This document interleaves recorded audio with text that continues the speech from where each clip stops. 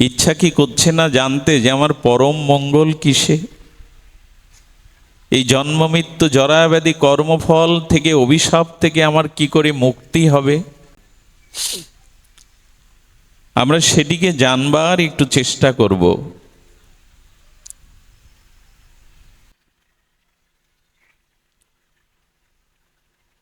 কলিযুগ পাবন অবতার,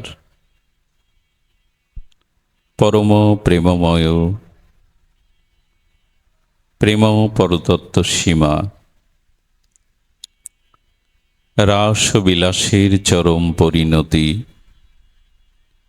প্রেম বিবর্ত বিলাস শ্রীমূর্তি, পরম করুণা ঘন প্রেম ঘন শ্রীবিগ্রহ, শ্রী শ্রী গৌর নিত্যানন্দের মহা অনুকম্পায়, শ্রী শ্রী গান্ধার্বিকা গিরিধারীর অপর করুণায়, বিদেহী পারলৌকিক আত্মকল্যাণার্থে আজকের এই সুমঙ্গল মাঙ্গলিক শ্রীমদ্ ভাগবতী ও ভক্তিযজ্ঞের যে শুভ আয়োজন, স্বর্গীয় প্রিয়নাথ কুণ্ড মন্দির প্রাঙ্গণে সেই ভক্তিযজ্ঞের সুধা কথা যজ্ঞের শুভারম্ভে অস্মদীয় পরমারাধ্য, জীবন সর্বস্ব জীবন ধন, প্রাতঃস্মরণীয় পরম বন্দনীয় শ্রীচরণ শ্রী শিল গুরু মহারাজের পাবন পদারবিন্দে পরার্ধ কোটি দণ্ডবৎ প্রণতি। তৎসহ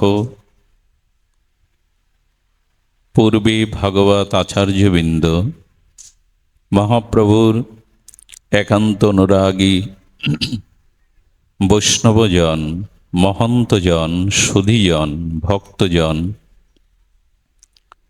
শ্রদ্ধাশীলা ধর্মশীলা দেবীমূর্তি মাতৃগণ, সকল ভক্তচরণে দিন অতিদিনে সশ্রদ্ধ দণ্ডবৎ প্রণতি।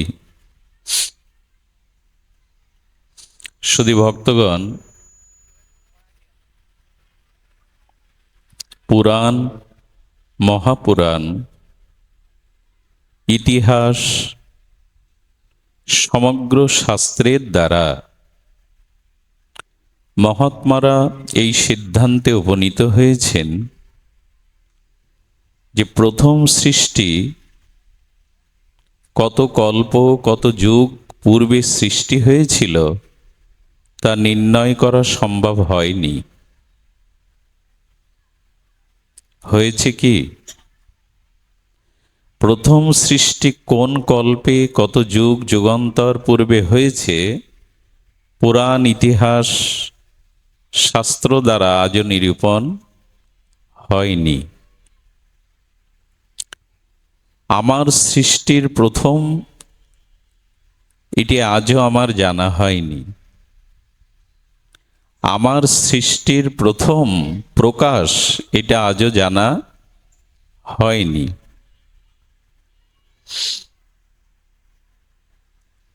বর্তমান আমার যে জন্ম, এই জন্মই প্রমাণ করছে যে সৃষ্টি রহস্য, সৃষ্টির প্রথম প্রকাশ আমার জানা হয়নি শুধু নয়, সেটি জানার পরে এই দুঃখপ্রদ, এই অনিত্য সংসারে বা এই কাল কবলিত জন্মমৃত্যু জরাব্যাধি ক্ষুধা পিপাসার চক্র হতে মুক্তির আকাঙ্ক্ষাও জাগেনি। জেগেছে কি? সৃষ্টি কবে হয়েছে জানি না, সেই অনাদি কল্প যুগ যুগান্তর থেকে কবে আমার সৃষ্টি হয়েছে যেহেতু জানি না, এবং এই সৃষ্টি চক্র দুঃখপ্রদ, আর জন্মমৃত্যু জরাব্যাধি চক্র হতে নিষ্কৃতি বা মুক্তি বা ভগবৎ প্রাপ্তির ইচ্ছাটা আজও জাগে নি। যদি জাগত আমি বর্তমান জন্ম পেতাম না। বর্তমান জন্মটাই প্রমাণ করছে পূর্ব জন্মে তুমি ভগবৎ চরণ পাদপদ্মে পৌঁছানোর ব্যাকুলতা চেষ্টা আদৌ করনি। এই জন্য তোমাকে আবার আসতে হয়েছে। এবং আগামী আরো কত কল্প এই ক্রিয়ামান সঞ্চিত প্রারব্ধ কর্মভোগে আগামীতে আরো কত কোটি কল্পকাল এভাবে চক্র বিবর্তনে জন্মমৃত্যু চক্রে আসতে হবে সেটাও জানা নাই। খুব নিশ্চিন্তে বসে থাকা যায়? এই অবস্থা যার, সে কি নিশ্চিন্তে বসে থাকতে পারে? আমরা বসে আছি কারণ এই দুঃখময় অনিত্য আর ভবমহা দাবাগ্নি কাল কবলিত সংসারের দুঃখকে, জরাব্যাধিকে আমি এখনো উপলব্ধি করতে পারিনি। যদি পারতাম, এই দুঃখময় অনিত্য কাল দ্বারা কবলিত সংসারে থাকবার ইচ্ছা আমার থাকতই না। এই জন্য ভাগবত বললেন যে অন্তত অত্যান্তিক জীবের কল্যাণের ভাবনাটা তোমার ভেতরে অন্তত এই জন্মে এই শুভক্ষণে জাগুক, যে আমার প্রকৃত আত্মকল্যাণ কিসে, জীবের প্রকৃত মঙ্গল অত্যান্তিক কল্যাণ কিসে। অন্তত এই ভাবনাটা যদি সাধু সঙ্গে ভগবত প্রসঙ্গে অন্তরে এই ভাবনা জাগরিত না হয়, তাহলে এ জন্মটাও আমি বৃথা হারালাম। ইচ্ছা কি করছে না জানতে যে আমার পরম মঙ্গল কিসে? এই জন্ম মৃত্যু জরাব্যাধি কর্মফল থেকে, অভিশাপ থেকে আমার কি করে মুক্তি হবে? এটি জানার জন্য শাস্ত্র সাধু মহাত্মারা জীবের পারমার্থিক পরম কল্যাণের কথা বারবার বলেছেন। আমরা সেটিকে জানবার একটু চেষ্টা করব। কেউ আসতে বাকি? জয় রাধে। এই জন্য চেষ্টা করব যে জীবের পরম মঙ্গল, অত্যান্তিক কল্যাণ, এটি এই জন্মেই এখনই এই ভাগবত পরিমণ্ডলে আমার হৃদয় জাগরিত হোক। কার্পণ্য দোষ অপহিত আমি যেন আমার অত্যান্তিক মঙ্গল জানবার জন্য কৃপণতা না করি। আসুন, জীবের পরম মঙ্গল যদি চাই, জীব যদি চির আত্মকল্যাণ চাই, প্রথমেই তাকে লক্ষ্য দিতে হবে যে আমরা ভাগবত শাস্ত্র অনুমোদিত হয়ে যে বিধি ধর্ম পালন করি, হরিনাম আশ্রয়, সদ্গুরুদেবের চরণাশ্রয়, সাধুসঙ্গ, একাদশী ব্রতাদি, এই যে বিধি মার্গের ভজন যারা আমরা করি, তাদের প্রথমেই বলা হচ্ছে বিধি মার্গের ভজনকে তুমি যতটা মান্যতা দাও, শাস্ত্রোক্ত ধর্ম বিধিকে তুমি যতটা অনুশাসনে অনুশীলনে প্রতিপালন করো, শাস্ত্রের নিষেধকে, অবিধিকে তার থেকে বেশি করে দূর করো, না হলে এই মুক্তির আকাঙ্ক্ষা জাগবে না। বোঝা গেল কি? ঠিক আছে। বিধি মার্গ আমরা পালন করি, সদ্গুরুর চরণাশ্রয় করেছি, হরিনাম আদি আশ্রয় করেছি, ব্রতাদি আশ্রয় করেছি, সাধু সঙ্গ হরিকথা শ্রবণ কীর্তন করি, এটি বিধি মার্গের এটি ভজনাঙ্গ এগুলি করি, কিন্তু অবিধি যেগুলো, শাস্ত্র নিষিদ্ধ যে কর্ম, সেই কর্মগুলি বিধিমার্গ প্রতিপালনের থেকে অবিধি মার্গ বা শাস্ত্র নিষিদ্ধ কর্ম পরিত্যাগ না করলে এই আকাঙ্ক্ষা জাগবেই না। আমাদের দুর্দশা হলো বিধিমার্গ যাজন করছি, অথচ নিষেধ বা অবিধি মার্গগুলো জীবন থেকে ত্যাগ করছি না। এখানটায় বাধা।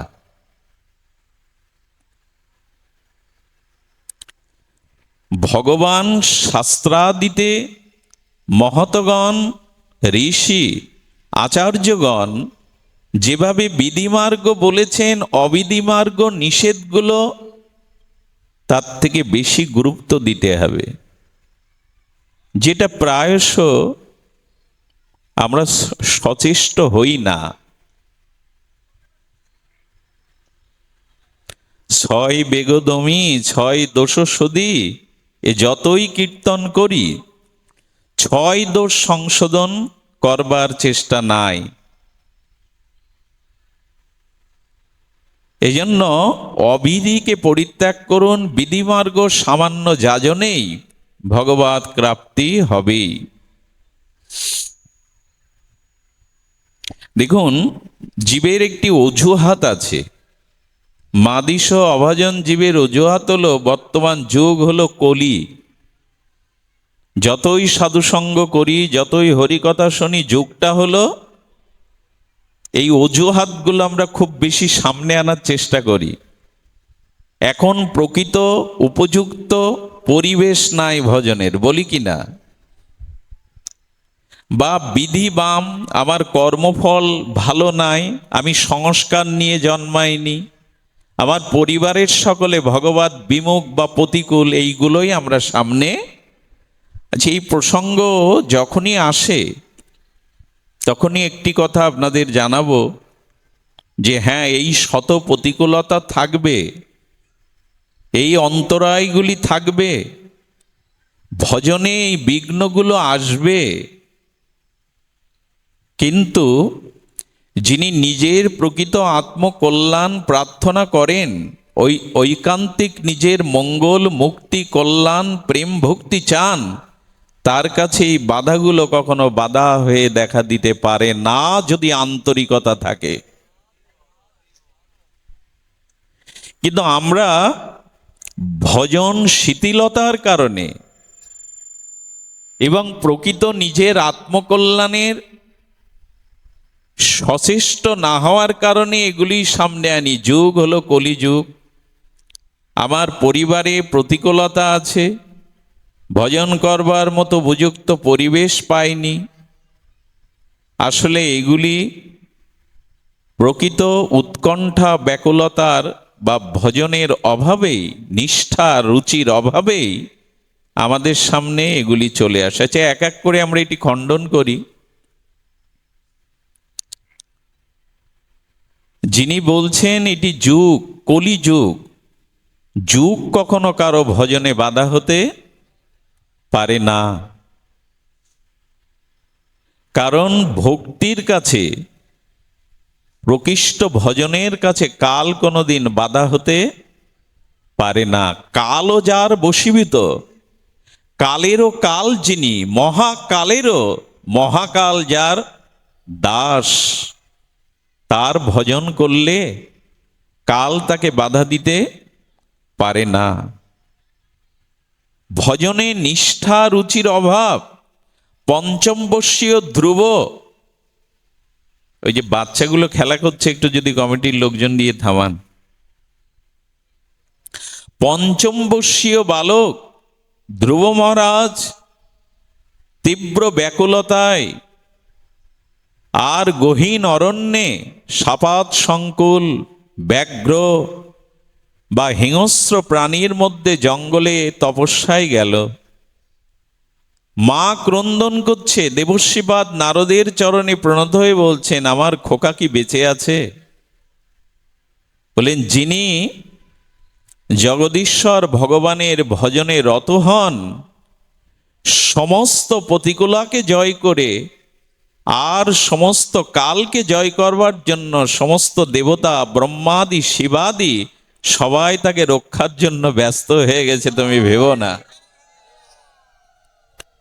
প্রহ্লাদ মহারাজের মস্তকে যদি হিরণ্যকশিপুর তার অভয় অস্ত্র দেয়, প্রহ্লাদের ভয় থাকার কথা কি? এই জন্য শাস্ত্র বলেছে ভজনে কাল বাধা নয়, কালেন ন সিদ্ধাৎ।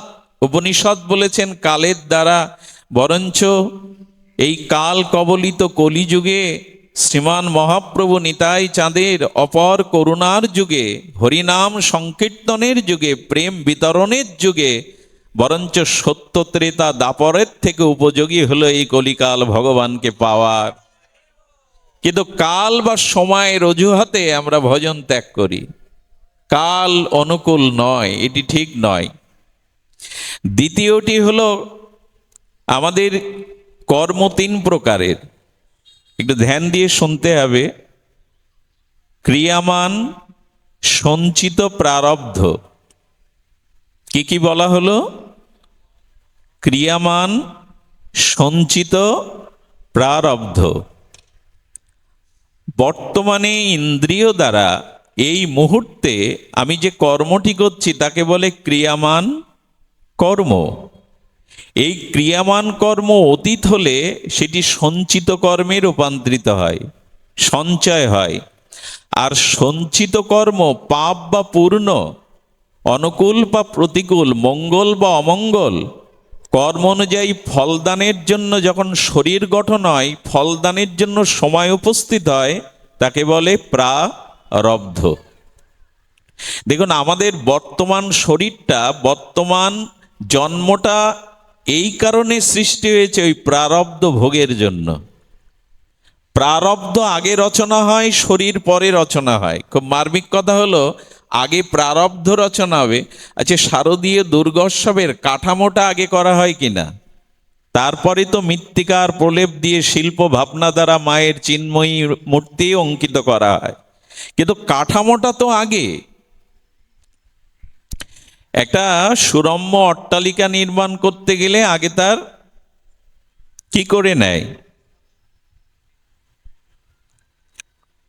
সেই বাড়ির একটা নকশা তো আগে তৈরি করা হয় ইঞ্জিনিয়ার দ্বারা, এইভাবে রূপ দিতে হবে। তো আমাদের প্রারব্ধটা আগে নির্মাণ হয়েছে, শরীর নির্মাণ হয়েছে পরে। তো কেউ কেউ এই জাতীয় যুক্তিকে সম্মুখে আনার চেষ্টা করেন যে দেখুন, আমার সঞ্চিত কর্ম, আমার প্রারব্ধ কর্ম আমার অনুকূল নয়, এই জন্য আমি ভজন করতে পারছি না। কিন্তু শাস্ত্র বলেছে দেখুন, সঞ্চিত কর্ম বা প্রারব্ধ কর্ম কিভাবে নাশ হয়। এটি নাশ হয়, শাস্ত্র বলেছেন মিহারণীয় ভাস্করা কাচ্ছেন মিহারণীয় ভাস্করা। সূর্যের উদয় হলে আর ঘাসের উপরে বিন্দু আকারে যে নিহার থাকে, সূর্যের কিরণ স্পর্শের সাথে সাথে সেই নিহারগুলো শুকিয়ে যায়, যায় কি না? তেমনি যার ভেতরে সদ্গুরুর কৃপায়, সাধুসঙ্গের মহিমায় ভগবানের শুদ্ধ ভজনাঙ্গ ভক্তির উদয় হয়, ভগবানের চরণে সমর্পিত ভাব আসে, সেই মুহূর্তে তার প্রারব্ধ কর্ম ভগবৎ কৃপায় নাশ হয়েই যায়। মিহরা নিব ভাস্করা না, সূর্যের উদয়ে তৃণের প্রতি যে শিশির বিন্দু সূর্য কিরণে যেমন সেটি তার অস্তিত্ব হারিয়ে ফেলে, তেমনি ভগবৎ চরণে পূর্ণ শরণাগতি এলে আর সমর্পিত ভাব এলে প্রারব্ধ কর্ম আর ভগবান তাকে লুপ্ত করে দেন। এই জন্য আমাদের সম্মুখে ভজনের অন্তরায়, ভজনের প্রতিকূল অবস্থাগুলো যেন অজুহাত রূপে আমরা না আনি। তবে প্রারব্ধ নাশের একটু কথা ব্যাখ্যা করা প্রয়োজন। প্রকৃত ভক্ত যিনি, যিনি প্রকৃত ভগবত জ্ঞান আর গুরু কৃপায় ভজন মহিমায় অর্জন করেছেন, তিনি কিন্তু কখনো প্রারব্ধ ভগবানকে নাশ করতে বলেন না। এই প্রারব্ধ ক্ষয়ের বা সঞ্চিত কর্ম ক্ষয়ের একটি কথা আপনাদের জানাই। দেখুন, অপরের দুঃখকে নিজে গ্রহণ করবার মানসিকতা যেই আপনার মধ্যে আসবে, সেই আপনার সঞ্চিত কর্ম নষ্ট হয়ে যাবে। কি বললাম কথাটি? অপরের দুঃখকে যখন নিজ দুঃখ বলে অনুভব হবে, অন্যের দুঃখকে গ্রহণ করবার মতো মানসিকতা আপনার মধ্যে যখনই আসবে, তখন আপনার সঞ্চিত কর্ম নষ্ট হয়ে যাবে। মনে পড়ে আমাদের এক যে সন্ত ছিল মুলুক দাস, আপনার ভক্তমাল চরিত্রে এনার চরিত্রটা পড়ে দেবেন। কি নাম বললাম? ভক্ত মুলুক দাস, বিখ্যাত সন্ত। তো তিনি ভজনে রত আছেন, ভজনানন্দী মহাপুরুষ। ভগবান তাকে দর্শন দিতে এসে বলছেন, আমি বড় প্রসন্ন মুলুক, তুমি আমার কাছে কিছু প্রার্থনা করো, বর চাও।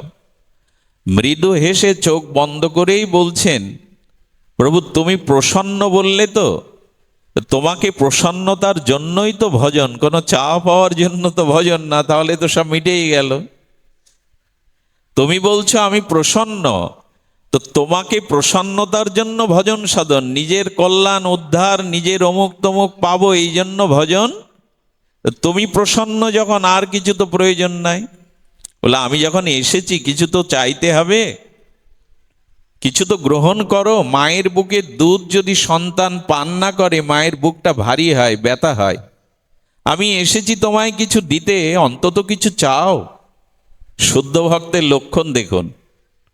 মুলুক দাস তখন বলছেন, তুমি যতই বলো, আমি যা চাইবো তা দেওয়ার সামর্থ্য তোমার নেই।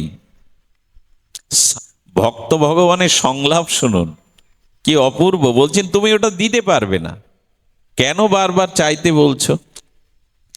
বলো ভক্তকে অদেয় তো কিছু নেই, সর্বস্ব তো ভক্তকে দেওয়ার জন্য, চেয়ে বসো, দিতে পারবে তো?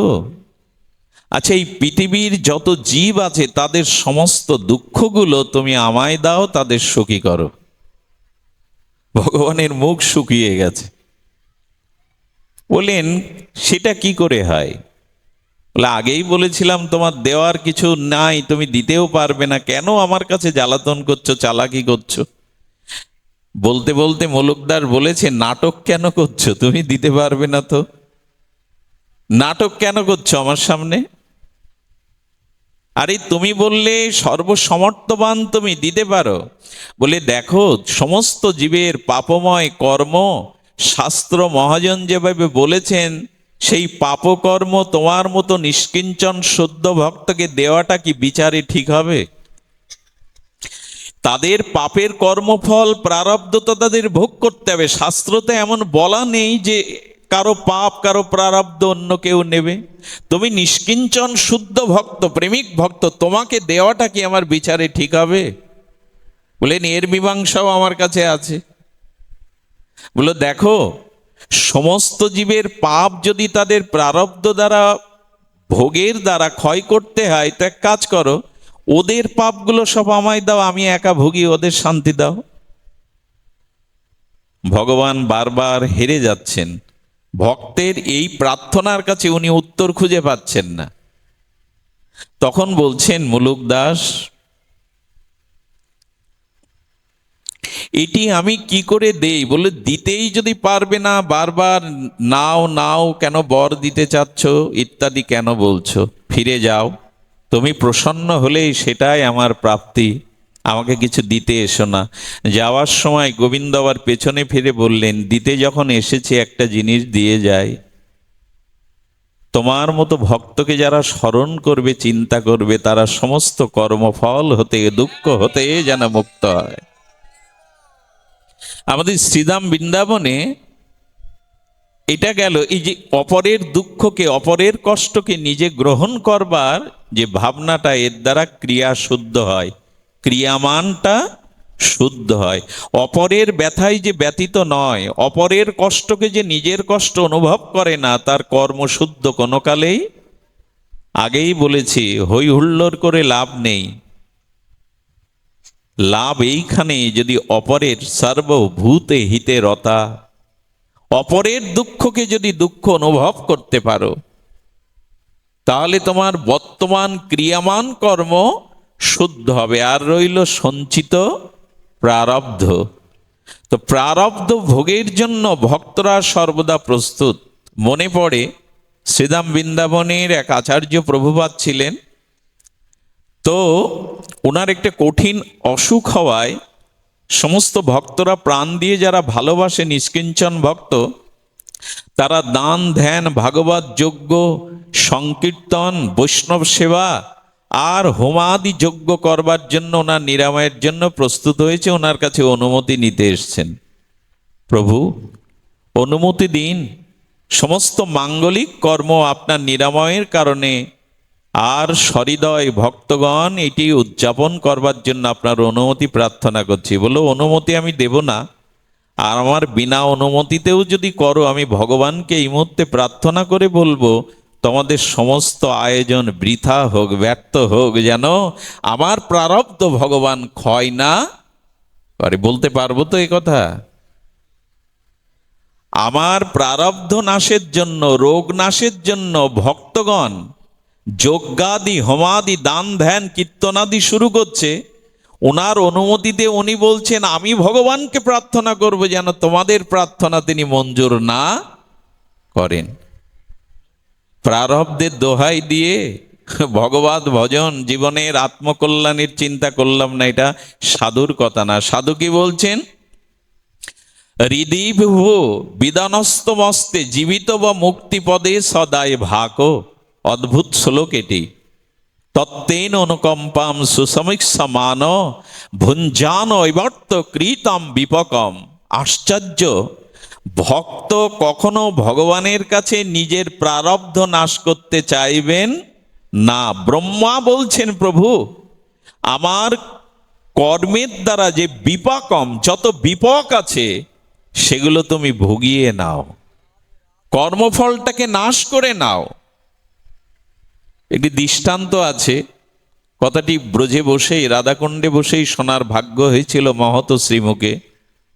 এক বাবাজি মহারাজের গোবর্ধনের পাশে এক বাবাজি মহারাজ, প্রায় 90 অর্ধে বয়স, ভজনানন্দী মহাপুরুষ, গলায় দুটো বড় বড় ফোড়া হয়েছে। কি হয়েছে? এত বড় বড় হয়েছে যে উনি ঢোক গিলতেও, জল খেতেও পারেন না, এবং কোনো সেবক উনি রাখতেন না। এক বাঙালি যুবক, 25 বছর বয়স, একে রেখেছিলেন নিষ্কিঞ্চন সরল হিসাবে। তো গুরুদেব যখন নাওয়া খাওয়া ছেড়ে দিলেন, আর যন্ত্রণায় একদিনও শ্রীমন্দিরে গিয়ে তিনি রাধারানীকে জানাননি তার এই অসুখের জন্য, এবং নিষেধ করেছেন তার শিষ্যকে কখনো রাধারানীকে এ ব্যাপারে না জানাতে। তো যেদিন গুরুদেব আহার ছেড়ে দিয়েছেন, আর এই বড় বড় ফোড়া দুটি গলগণ্ডের মতো বড় হয়ে গেছে, ও গুরুদেবের এই দুর্দশা সহ্য না করতে পেরে কুণ্ডের ধারে গিয়ে অঝরে কাঁদছেন। সারা রাত কাঁদল, হে মাধব, হে কেশব, হে গোবিন্দ, পারো না? শ্রী গুরুদেব আমার আধার, আমার আশ্রয়, তার এই ব্যথা যন্ত্রণা এক বিন্দু জলও উনি স্পর্শ করতে পারছেন না, কৃপা করো। সারা রাত কাঁদল। ভোরের আলো ফুটল, বলরাম এবং কৃষ্ণ রাখাল বেশে তার সামনে যেতে গিয়ে বলছে, সারা রাত কাঁদছো কেন বসে? আজও তো প্রকট বৃন্দাবনের লীলা হয়, দৃশ্যমান বৃন্দাবনে, অপ্রকট বৃন্দাবনে প্রকট লীলা আজও হয়। গোবিন্দ বলছেন, কেন কাঁদছো তুমি? তুমি শুনে কি করবে? ভালো করে দিতে পারবে? আমার ছিল গুরু মহারাজের বড় বড় দুটো ফোড়া হয়েছে, বড় যন্ত্রণা কাতর। বললেন, আমি ওটা সারাতে পারি, কিন্তু তোমার গুরুদেব ওটা সারাবে না।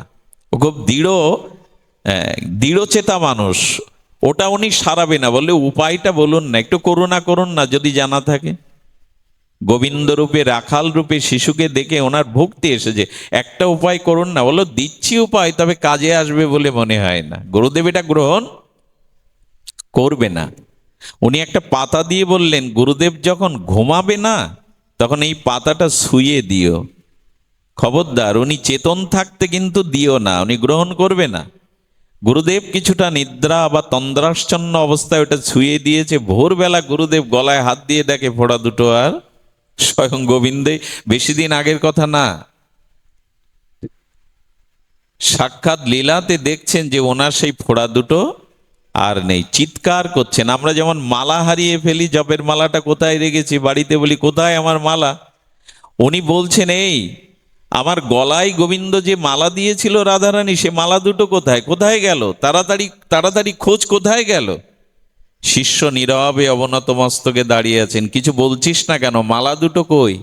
মালা বলছেন গলার। এই হলো সাধু। মালা বলছেন গলার, কোথায় গেল জানিস তুই? মিথ্যা তো বলতে পারেন না।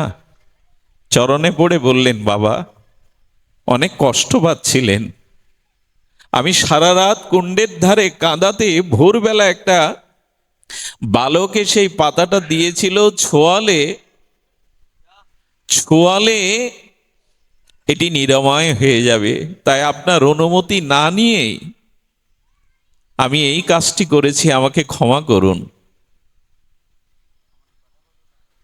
সঙ্গে সঙ্গে বললেন, বেরিয়ে যা, বেরিয়ে যা, তোর মুখ দর্শন যেন আমাকে আর না করতে হয়, আমাকে আর মুখ দেখাবি না। চরণে পড়ে বললেন, গুরুদেব আপনি ছাড়া এই জগতে আমার কোনো আশ্রয় নেই, আমি বাঁচব না আপনাকে ছেড়ে। বললেন, আমি আমি তো অপরাধ করিনি, অন্যায় করিনি। বললেন, আবার মুখে মুখে তর্ক হচ্ছে, অপরাধ করিসনি তুই, অপরাধ তুই করিসনি, জানিস না তুই আমাকে আরো অনেকবার জন্মের কারণ করে দিলি। ওরে এই প্রারব্ধটা ভুগলে আমি এই জন্মেই হয়তো করুণাময়ীর কৃপা পেতাম, কিন্তু এই প্রারব্ধের কারণে আমাকে আরো কতবার জগতে আসতে হবে, ক্ষতি করিসনি তুই। এই হলো ভজন অনুভূতি, এই হলো সাধুর অনুভূতি। প্রারব্ধ নাশের জন্য ভগবানকে কখনো জানাবেন না, প্রারব্ধটা ভুগিয়ে নাও প্রভু।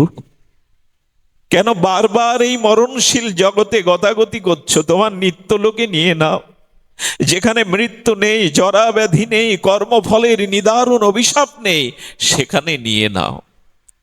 যতদিন প্রারব্ধ আছে ততদিন এই জগতে বারবার জীবকে ক্রমাগতিতে ক্রমান্বয়ে চক্রে আসতেই হবে। গুরুদেব বললেন, তোর মুখ দেখবো না, যা বিদায় নে, আশ্রমে আর আসবি না। চরণে পড়ে যখন কাঁদছেন বললেন, প্রভু কোনো প্রায়শ্চিত্ত নেই, কোনো উপায় নেই। বলে, উপায় আছে, ওই মালা দুটি যদি আবার ফিরিয়ে আনতে পারিস আমার কাছে, তবে ফিরে আসিস। এগুলি কি কথা? কথা না, এইগুলি হলো ভজন অনুভূতি।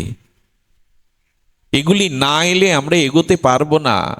বাইরে হই হুল্লোড়ে কিছু নেই গো, এই অনুভূতিটাই ভজন, এই অনুভূতিটাই প্রকৃত আদর্শ বা প্রকৃত ধর্ম। এই অনুভূতি। বলে, যা চলে যা, মুখ দেখাবি না, যদি কখনো ফিরিয়ে আনতে পারিস আবার সেই সারা রাত কুণ্ডের ধারে কান্না।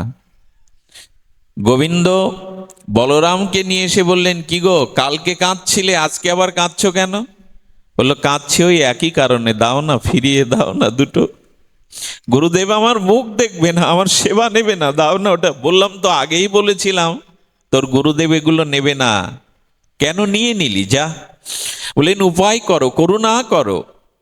বললেন, আবার এই পাতাটি দিলাম, এটা আবার শুয়ে দিলে কালকে আবার ফিরে আসবে, যা ফিরে যা। যখন রাত্রে ছুঁয়ে দিয়েছে, ভোরবেলা আবার দেখেছে, তখন তার আনন্দ দেখে কি করে, সাষ্টাঙ্গে রাধারানীর সামনে গড়াগড়ি দিয়ে বলছেন, প্রভু প্রভু প্রারব্ধ ঘুচিয়ে নাও, প্রারব্ধের কারণে আর যাতে জগতে না আসতে হয়। তাহলে ভক্ত কখনো প্রারব্ধের জন্য ভগবানের কাছে প্রার্থনা করেন না। আমরা দুঃখকে ভয় পাই, বিপদকে ভয় পাই, কিন্তু ইতিহাস বা ভাগবত পুরাণ আদি ভক্ত চরিত্র খোঁজ করে দেখুন, ভক্তরা বরঞ্চ বিপরীতে ভগবানের কাছে সংকট আর বিপদই চেয়েছেন। কারণ সংকট বিপদে ভগবানকে যতটা স্মরণ হয়, সুখের সময়ে, অনুকূল সময়ে ততটা হয় না। এই জন্য কুন্তী দেবীর প্রার্থনাটা, স্তুতিটা বিখ্যাত হয়ে আছে ভাগবতে। প্রভু সুখ পেলে যদি তোমাকে হারাতে হয় সেটা আমার কাছে সুখ নয়, দুঃখ পেলে যদি তোমার স্মরণ হয় তোমাকে পাওয়া যায় সেটাই আমার সম্পদ। তুমি সেটি আমায় দাও, সেটি আমায় দাও। এই জন্য প্রত্যেকটি ঘটনার পেছনে আরো কিছু ঘটনা থেকে যায়। এই জন্য প্রারব্ধ নাশের জন্য ভগবানের কাছে ভক্তরা প্রার্থনা করে না। বলেছেন জীবিত যো মুক্তি পদে সদায় ভাকো, তত্ত্বেন অনুকম্পাং সুসমীক্ষমান। ব্রহ্মা বলছে প্রভু এই তত্ত্বের অনুকম্পা, আমার জীবনে যে প্রারব্ধ এগুলো যে তোমার কৃপা, অন্তত এই সুসমীক্ষমান এই তত্ত্বের দৃষ্টিটা তুমি আমায় দাও, যে তোমার কৃপা যেন উপলব্ধি করতে পারি। ব্যাধি জরা অভিশাপ যা আসুক, এটা যে তোমার কৃপা, এটা যে তোমার করুণা, এই সুসমীক্ষাটা করবার তত্ত্বেন অনুকম্পা, আমাকে সেই তত্ত্ব দৃষ্টি দাও যে এর পেছনে কোনো তোমার মঙ্গল কারণ লুকিয়ে আছে। আমার জীবনে যেটা আসছে এর পেছনে তোমার কোনো মঙ্গল লুকিয়ে আছে। মনে পড়ে মাধব দাস বাবাজির কথা। জগন্নাথী মাধব, জগন্নাথের সাথে তার সখ্যতা, চিরদিনের সখ্যতা। এই জগন্নাথী মাধবের সাথে বাৎসল্য সখ্যরসের সখ্যতা আমার জগন্নাথের চিরকাল। তো কি হয়েছে, জগন্নাথী মাধবের একবার অতি রক্তসার হলো। অতি রক্তসার মানে রক্ত আমাশা। আর এই 80টি বর বৃদ্ধর যদি রক্ত আমাশা হয়, বারবার মলমূত্র ত্যাগ করতে গিয়ে উনি একবার শৌচের জল নিতে গিয়ে সমুদ্রের ধারে বালির উপরে পড়ে গেছে। শৌচের জল আর নেওয়ার মতো শক্তি সামর্থ্য শরীরে নাই। ওই যে মলমূত্র লেগে আছে গায়ে, ওইখান থেকেই কাঁদছে আর বলছে জগন্নাথ আমাকে জগৎ থেকে সরিয়ে দাও, তোমার সেবা যদি করবার সুযোগ না দাও বেঁচে থেকে লাভ কি, জীবন ধারণ করে লাভ কি। পাশ দিয়ে পথচারী একজন যেতে গিয়ে বলছে বাবা আমি তো তোমার পিতার মতো, এক ঘটি জল দিতে পারো এই মৃত্তিকার ঘটিতে? বলে চাকর পেয়েছো, মলমূত্র গায়ে মাখা, তোমার চাকর পেয়েছো জল বয়ে দেব? উপেক্ষা করে চলে গেল। আর বারবার একটা কথা, এইভাবে ফেলে রেখো না, তুলে নাও, মৃত্যু দাও। হঠাৎ এক মধুর কণ্ঠ ভেসে এলো, মাধব মাধব। এমন কণ্ঠ তো আমি কখনো শুনিনি, এত মধুর কণ্ঠ কারো হতে পারে? মাধব। এই মাধব ডাকতে ডাকতেই শীতল জল মাধবের অঙ্গে দিয়ে সেই মলমূত্র বিধৌত করছেন। পেছনে তাকিয়ে দেখেন যিনি মলমূত্র সযত্নে পরিষ্কার করছেন তিনি আর কেউ না, সাক্ষাৎ জগন্নাথ। পৃথিবীর কোন শাস্ত্রে কোন ইতিহাসে আমি এরকমটা পাইনি। আমি জানি না অন্য মতে অন্য ধারায় এ জাতীয় ভক্তবৎসল ভগবানের কোনো দৃষ্টান্ত আছে কিনা। ভগবান তুমি মলমূত্র পরিষ্কার করে দেবে ভক্তের? মাধব চোখের জলে হাত জোর করে বললেন কেন কলঙ্ক দিচ্ছ আমায়? আমার মলমূত্র তুমি কেন পরিষ্কার করবে? এটা তোমার নামে কলঙ্ক হবে, মহিমায় কলঙ্ক হবে, এটা করো না। আচ্ছা মাধব। মাধব বলছে আচ্ছা জগন্নাথ তুমি এটা না করে তো একটা সমাধান করে দিতে পারো, আমার অসুখটা তোই সেরে দিতে পারো, মিটে যায় তো, কেন এটা করছো? আমার অসুস্থতা সেরে দিতে পারো? বলো পারি বটে, তবে সারবো না। মাধব, যে আমার চরণে সমর্পিত হয়, যে একান্ত আমার হয়, আমি সেই আমার ভক্তের প্রারব্ধকে নাশ করি না। কারণ এই প্রারব্ধটা ভুগলেই তুমি চিরদিনের মতো আমার স্বরূপ ধামে ফিরে আসতে পারবে। এই জন্য আমি তোমার প্রারব্ধ নাশ করি না, তবে তোমার সেবা করবার স্বাদ আমার আছে, আমি প্রারব্ধ নাশ করব না। আচ্ছা এই কথা শোনার পরে এরপরে কখনো কি আপনার বিচার বিবেকের দ্বারা ভগবানকে জানাবেন আমার এই প্রারব্ধ নাশ করো? প্রভু তুমি এত দয়ালু, এত কৃপালু? বলে হ্যাঁ গো মাধব, তোমার এই জন্মের এইটুকু প্রারব্ধই বাকি ছিল, এগুলো ভুগলে চলো দুজনে নিত্য পরমানন্দ স্বরূপ ধামে ফিরে গিয়ে আনন্দ করি। এই জন্য আমি তোমার এটা সারাবো না, এই প্রারব্ধটা শেষ করে তোমাকে আমি আমার করে নেব। এটাই প্রারব্ধ নাশের উপায়, এটাই প্রারব্ধ নাশের উপায়।